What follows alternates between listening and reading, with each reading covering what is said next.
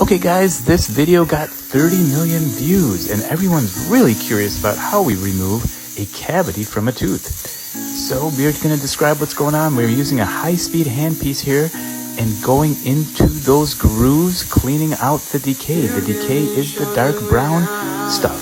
That is mush mush. That's bad. We don't like that. You can see one area of the tooth is very deep decay. That area is still dark brown even after cleaning out the rest of the tooth. That is decay that's closer to the nerve. And this is exactly why we want to get you in sooner for these cavities. If we can get to the cavity when it's smaller, it does not reach the nerve and it prevents you from needing a root canal and a core and crown, which can be over $2,000, folks. And a filling like this, approximately 150 bucks. So that's a huge savings to you if you can get to your cavities quicker. And that's what they're doing, removing all that decay. But that one area is very tough to clean out, and you can see it's still a little dark. That's decay, and it's right by the nerve.